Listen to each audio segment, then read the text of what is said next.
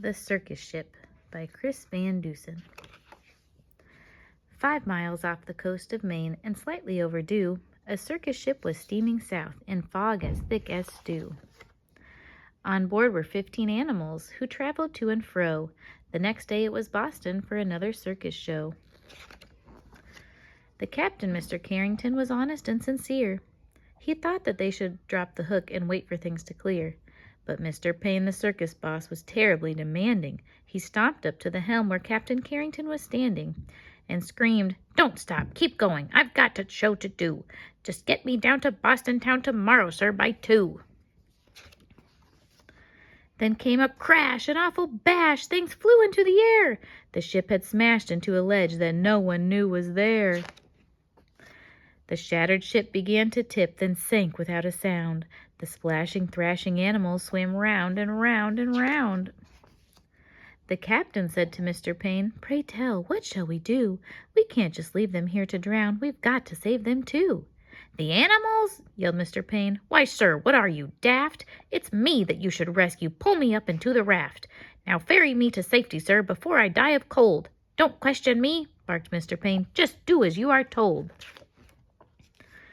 Through chilly water all night long the animals swam on until they reached an island beach just before the dawn. They pulled themselves up on the shore, bedraggled, cold, and beat, then staggered to the village on weary, wobbly feet. The people in the neighborhood had just begun to rise, and when they saw those animals, they had to rub their eyes. They thought they saw an elephant, but wait, how could that be? And what's a little circus monkey doing in the cherry tree? Soon animals were everywhere and into everything. "There's an ostrich in the outhouse. There's a hippo in the spring. There's a tiger in the tulips. There's a lion on the lawn. There's a python in the pantry." It went on and on and on. Mr. Hood was stacking wood and nearly jumped a mile when he found the alligator sleeping on his pile. And Mrs. Dotty Daly, who grew daisies by the bunch, discovered that the zebra had been eating them for lunch.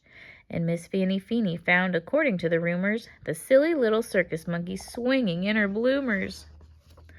But everything changed quickly, like the turning of the tide, the night the Abbot's shed caught fire with Emma Rose inside.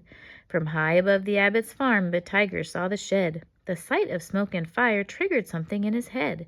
He'd jumped through flames 1,000 times back in his circus days, so he ran past all the people and leapt into the blaze. Then everybody panicked. "Help, help, what can we do?" When from the raging fire something big burst into view. It was the most amazing sight, and everybody froze when they saw the tiger saving little Emma Rose. The tiger's risky rescue changed everybody's mind. The animals weren't bothersome, the animals were kind.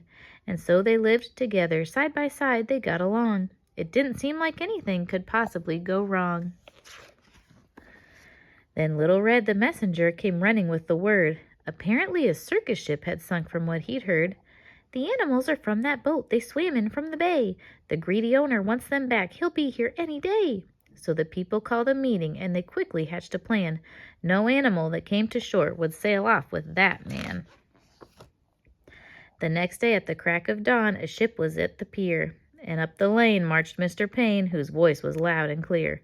"I am the circus owner. My ship sank in the murk. I've come to find my animals and put them back to work." He hiked until he came into the center of the town. His face was red, he scratched his head, he stood there with a frown.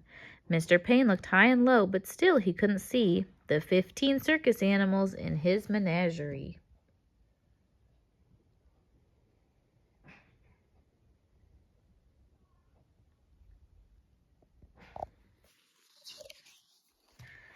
He ran around the alleyways, he searched the village square, he even checked a chicken coop. The animals weren't there.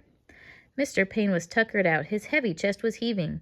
Then Little Red stepped up and said, "I think your boat is leaving." He ran off in a fit of rage. His ship was leaving sight, so he jumped into a rowboat and he rowed with all his might. And from that day, they like to say, their lives were free of pain. It was a happy, peaceful place upon that isle in Maine.